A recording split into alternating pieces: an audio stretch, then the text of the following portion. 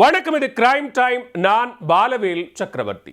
திருவண்ணாமலை கோயில் கிரிவலப்பாதை அருகே உள்ள காட்டு பகுதியில் போதை விருந்து நடத்திய ரஷ்ய நாட்டு பெண் உட்பட 2 கைது செய்யப்பட்டுள்ளனர். வெளிநாட்டினருக்காக நடத்தப்பட்ட அயகஸ்கா என்ற போதை விருந்தின் முழு விவரம் இதோ.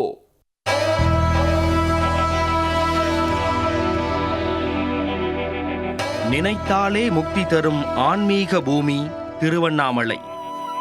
இந்த கோவிலுக்கு ஏராளமான வெளிநாட்டவர்கள் வருவதும் பௌர்ணமி கிரிவலத்தில் லட்சக்கணக்கில் மக்கள் பங்கேற்பதும் வழக்கம். கிரிவல பாதையில் வேண்டத்தகாத சம்பவங்கள் நடப்பதாகவும் அதை தடுக்க வேண்டும் என்றும் பக்தர்கள் நீண்ட நாட்களாக கோரிக்கை வைத்து வருகின்றனர். இந்நிலையில் கிரிவல பாதை அருகே வெளிநாட்டைச் சேர்ந்த 2 விலை உயர்ந்த போதைப் பொருட்களை விற்பனை செய்வதாகவும் இதை வாங்குவதற்காக ஏராளமான வெளிநாட்டினர் வருவதாகவும் இந்திய போதைப் பொருள் தடுப்பு பிரிவு அதிகாரிகளுக்கு தகவல் கிடைத்துள்ளது.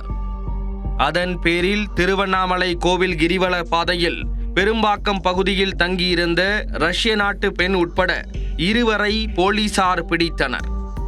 ரஷ்ய நாட்டைச் சேர்ந்த 2 விசா காலம் முடிந்து 2.5 ஆண்டுகள் கடந்த பின்னரும் 2 இந்தியாவிலேயே தங்கியிருந்துள்ளனர். 2 தங்கியிருந்த இடத்தில் இருந்து ஏராளமான போதைப் பொருட்களையும் போதையை உண்டாக்கும் விஷ பொருட்களையும் பறிமுதல் செய்துள்ளனர். ஆப்பிரிக்க நாட்டில் உள்ள ஒரு வகையான தவளையிலிருந்து எடுக்கப்பட்ட விஷம், அமேசான் காடுகளில் உள்ள விஷ காளான்கள் போன்றவற்றை ரஷ்ய நாட்டினரிடம் இருந்து பறிமுதல் செய்தனர். இந்த விஷ பொருட்களில் இருந்து போதை மருந்தை எடுத்து அதை பயன்படுத்தி இருக்கிறார்கள். மேலும் பல வகையான மூலிகை போதைப் பொருட்களும் அவர்களிடம் இருந்துள்ளன. இதை அறிந்த ஏராளமான வெளிநாட்டினர் இவர்களை சந்தித்து போதைப் பொருட்களை வாங்கிச் சென்றுள்ளனர். தங்களது வாடிக்கையாளர்களுக்காக இந்த மாதம் 15ஆம் தேதி முதல் 17ஆம் தேதி வரை 3 நாட்கள் அயகஸ்கா என்ற பெயரில் போதை விருந்து நடத்துவதற்கு ரஷ்ய நாட்டினர் திட்டமிட்டிருக்கிறார்கள். அதற்குள் ரஷ்ய நாட்டினர் 2 இந்திய போதைப் பொருள் தடுப்பு பிரிவு அதிகாரிகள் கைது செய்து போதைப் பொருட்களையும் பறிமுதல் செய்துள்ளனர்.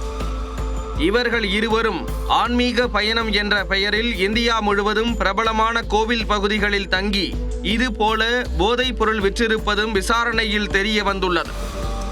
ரிஷிகேஷ், மணாலி போன்ற இடங்களில் அதிக நாட்கள் தங்கியிருந்து போதை விருந்து நடத்தியதும் அதில் ஏராளமான வெளிநாட்டினர் பங்கேற்றிருப்பதும் விசாரணையில் தெரிய வந்துள்ளது.